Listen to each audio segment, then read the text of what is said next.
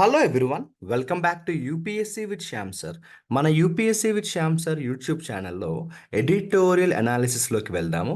August 5th Hindu news పేపర్లో first editorial article చూద్దాము. ఇది యాక్చువల్గా ఎటువంటి ఆర్టికల్? ఈజీయా, మోడరేటా, డిఫికల్టా?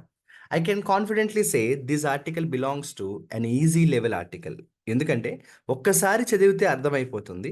కాకపోతే కొన్ని వొకాబులరీ ఉన్నాయి. ఆ వొకాబులరీ అర్థం కాకపోతే కొంతమందికి ఇది మోడరేట్ లేదా డిఫికల్ట్‌గా అనిపిస్తుంది. But honestly speaking this article belongs to easy level. Okay. అసలు ఈ ఆర్టికల్ దేనికోసం? ఏం లేదమ్మా. ఎలక్షన్స్ అయిన తర్వాత ఇండియాలో చాలా సిట్యుయేషన్స్‌లో ఏమైందంటే గవర్నమెంట్ అటు సెంట్రల్ గవర్నమెంట్ అయినా లేదా స్టేట్ గవర్నమెంట్స్ అయినా కూడా సరిగ్గా ఇన్వెస్ట్‌మెంట్స్ చేయట్లేదట. మరీ ముఖ్యంగా దానివల్ల ఏమైందంటే మనకి ఇండియాలో కోర్ ఇన్‌ఫ్రాస్ట్రక్చర్ సెక్టార్స్ ఉంటాయి కదా! 8 సెక్టార్స్ ఉంటాయి కదా! ఆ 8 సెక్టార్స్ కూడా చాలా డల్ అయిపోయాయంట. సో, సింపుల్‌గా చెప్పాలంటే ఎలక్షన్స్ తర్వాత అనుకున్నంత బాగా బిజినెస్ అవ్వట్లేదంట. సో, ఈ ఆర్టికల్ కంప్లీట్‌గా దానికోసం. నేను ప్రతి సెంటెన్స్ చదువుతూ సింపుల్ లాంగ్వేజ్‌లో ఎక్స్‌ప్లెయిన్ చేస్తాను. ఓకేనా?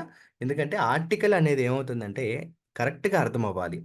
So before I start the editorial analysis, again and again I am telling you, read English newspaper every day because comprehending skills అనేవి చాలా important.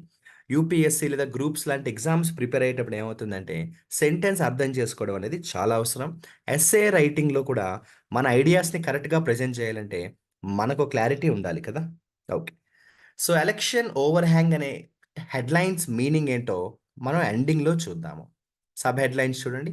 Inflation remains a concern as price pressures broaden beyond food. What is the meaning of the sentence? Elections అయిపోయిన తర్వాత కూడా ఇండియాలో ఉన్న పెద్ద problem ఏంటంటే inflation. ఆ ఇన్ఫ్లేషన్ అనేది తగ్గట్లేదు. దానివల్ల ఏమైపోయిందంటే ప్రైస్ ప్రెషర్స్ పెరిగిపోతున్నాయి. సింపుల్‌గా చెప్పాలంటే ధరలు పెరిగిపోతున్నాయి అంటున్నాడు. అంటే ఫుడ్ కంటే ఆ ఫుడ్ యొక్క ప్రైజెస్ చాలా ఎక్కువుందంట. అప్పుడేమవుతుంది? ఫుడ్ ఉంటే what is the use? Food prices తక్కువుండాలి కదా! అంటే ఫుడ్ ఉంది. కానీ ఫుడ్ ప్రైజెస్ తక్కువుంటే ఎలాగా? సో, ఫుడ్ ప్రైజెస్ ఎక్కువుంటే ఎలాగా? సింపుల్‌గా చెప్పాలంటే ఇన్ఫ్లేషన్ చాలా పెరిగిపోయింది అంటున్నాడు. అంతకంటే ఏం లేదు.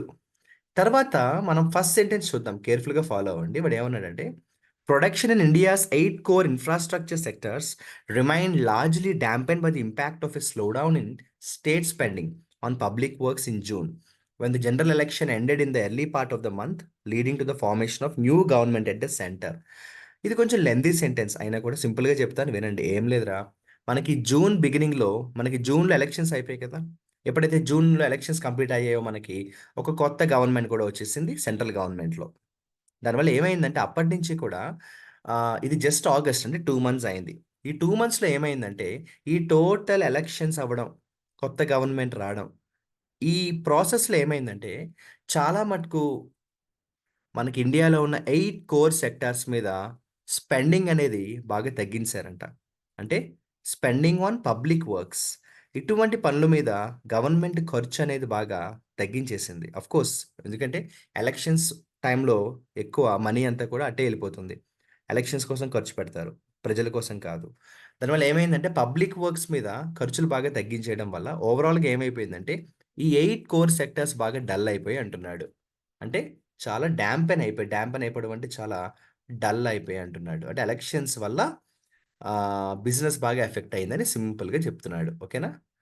The heat waves that had impacted a wide range of economic activity in the country's northern and western parts in May extended to June, adding to the overall slowdown in industrial production.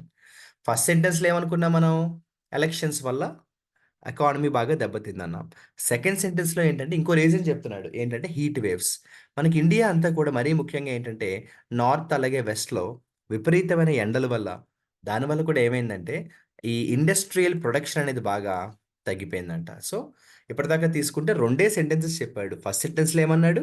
Elections యొక్క హడావిడి వల్ల, elections యొక్క busy వల్ల industrial production తగ్గిపోయిందన్నాడు. Second sentence ఏమన్నాడు? Temperature వల్ల, విపరీతమైన heat waves వల్ల ఇండస్ట్రియల్ ప్రొడక్షన్ తగ్గిపోయిందన్నాడు. 2 రీజన్స్ చెప్పాడంతే. థర్డ్ సెంటెన్స్ చూద్దాం. Provisional data on the index of 8 core industries released by the commerce and industry ministry on July 31st show Output in five out of the sectors suffered either sharp decelerations in growth or contracted from the uh, year earlier period, resulting in overall core sector growth slowing to a 20-month low. ఏం లేదురా, ఒక report release చేశారు. ఎవరంటే commerce and industry ministry. So commerce and industry ministry వాళ్ళు release చేసిన report పేరు ఏంటంటే, report దేనికోసం అంటే ఇండెక్స్ ఆఫ్ 8 కోర్ ఇండస్ట్రీస్, ఇండియాలో ఉన్న 8 కోర్ ఇండస్ట్రీస్ యొక్క పెర్ఫార్మెన్స్ ఎలా ఉంది అన్న దాని మీద ఒక రిపోర్ట్ అయితే రిలీజ్ చేశారు. ఎవరు? కామర్స్ అండ్ ఇండస్ట్రీ మినిస్ట్రీ వారు. ఆ రిపోర్ట్లో ఒక విషయం చెప్పారు. ఏం చెప్పారు తెలుసా?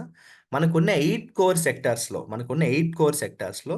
5 సెక్టార్స్లో మన పెర్ఫార్మెన్స్ అయితే చాలా దారుణంగా ఉందంట. 8 కోర్ సెక్టార్స్లో 5 సెక్టార్స్లో పెర్ఫార్మెన్స్ అనేది బాగా తగ్గిపోయిందంట. ఆ లాస్ట్ ఇయర్తో కంపేర్ చేస్తే ఈ ఇయర్కి బాగా తగ్గిపోయిందంట. అంటే సింపుల్గా చెప్పాలంటే లాస్ట్ 20 మంత్స్లో, అంటే సుమారుగా 2 ఇయర్స్ అనుకోవచ్చా, లాస్ట్ 2 ఇయర్స్లో ఇంత స్లోగా ఇప్పుడు కూడా పెర్ఫామ్ చేయలేదంట. అంటే లాస్ట్ 20 మంత్స్లో 4% కంపేర్ చేస్తే ఇండస్ట్రియల్ ప్రొడక్షన్ అనేది తగ్గిపోయిందంట.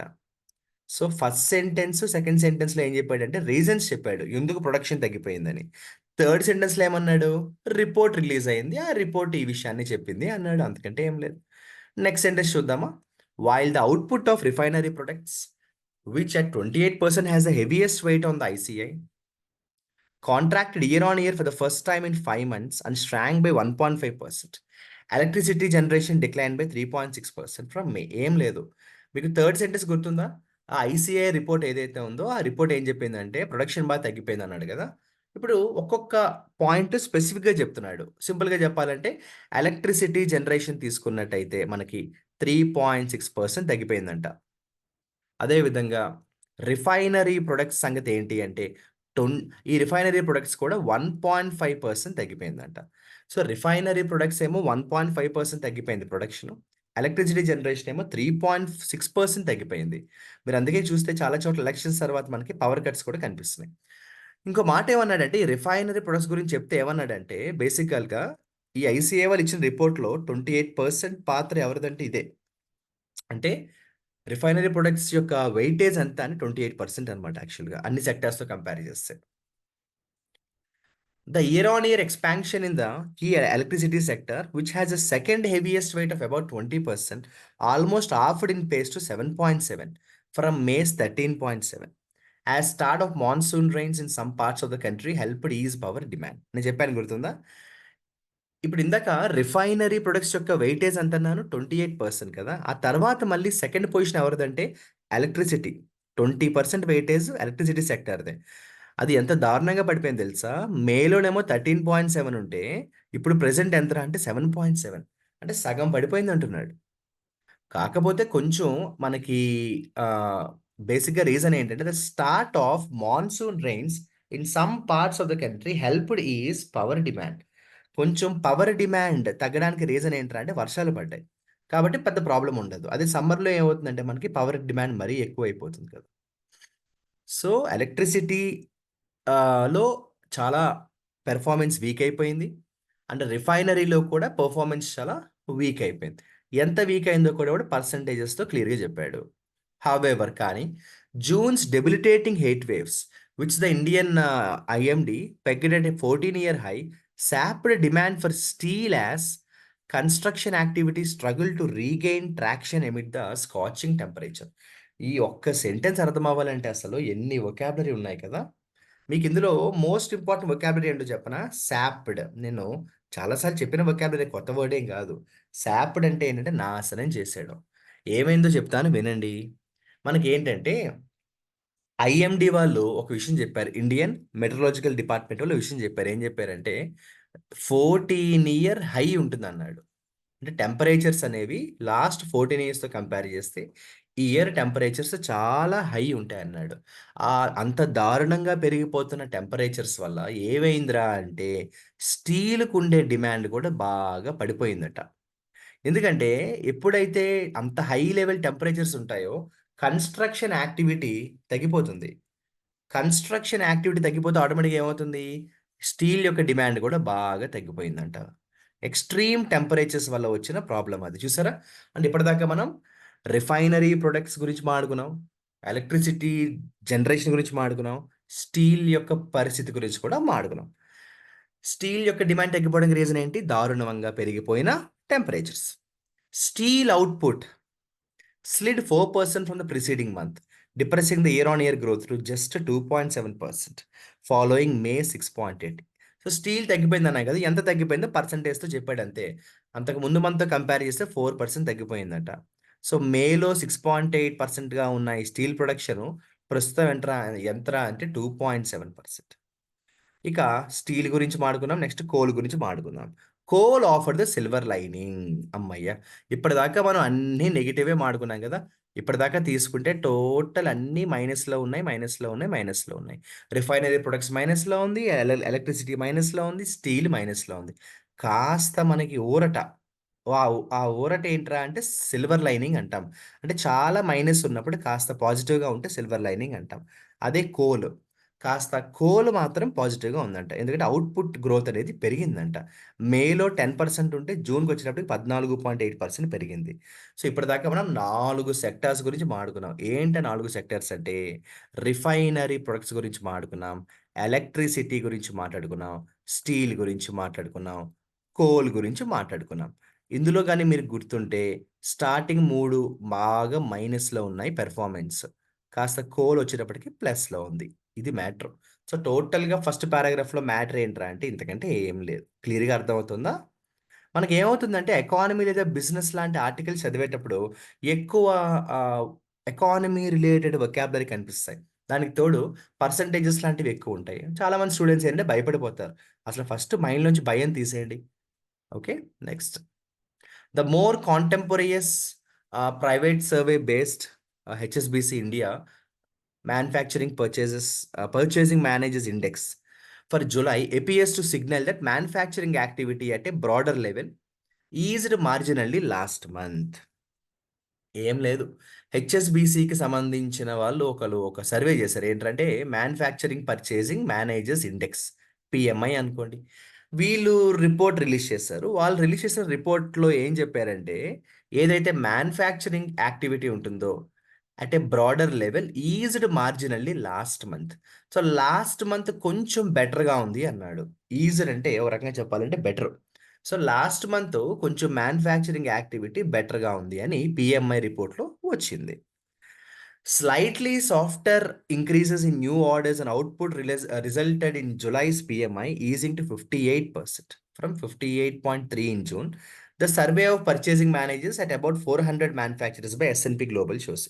ఏం లేదు, అదే విషయాన్ని వీడు ఒక ఎగ్జాంపుల్‌తో చెప్పాడు. మ్యానుఫ్యాక్చరింగ్ సెక్టార్ గురించి చెప్తున్నట్రా. మీకు గుర్తుందా ఫస్ట్ పారాగ్రాఫ్‌లో మనం 4 సెక్టార్స్ గురించి మాట్లాడుకున్నాం. ఇప్పుడు మ్యానుఫ్యాక్చరింగ్ సెక్టార్ గురించి చెప్తున్నాడు. అది ఎలా ఉంది? దాని పరిస్థితి ఏంటని. హౌవెవర్ కానీ more than the marginal slowing in manufacturing activity, the PMI survey's truly disconcerting finding is that a significant strengthening in input costs led manufacturers to rise selling prices at the steepest rate. So వాళ్ళు ఏమన్నారంటే ఎందుకు ఇంత ధరలు పెరిగిపోతున్నాయి మ్యానుఫ్యాక్చరింగ్‌లో అంటే వాళ్ళు చెప్పిన reason ఏంటంటే ఇన్పుట్ కాస్ట్స్. వాళ్ళకి బేసిక్‌గా రా మెటీరియల్స్‌లోనే ప్రెషర్ ఎక్కువుంటే ఆటోమేటిక్‌గా అవుట్‌పుట్‌లో కూడా ప్రెషర్ ఎక్కువుంటది. సో, బేసిక్‌గా వాళ్ళు ఏమన్నారంటే, ఆ ఇన్పుట్ కాస్ట్ వల్ల ఏమైందంటే మ్యానుఫ్యాక్చరర్స్ ఏం చేయాల్సొచ్చింది? కంపల్సరీగా ప్రైజెస్‌ని విపరీతంగా పెంచాల్సొచ్చింది. 11 ఇయర్స్ అన్నాడు.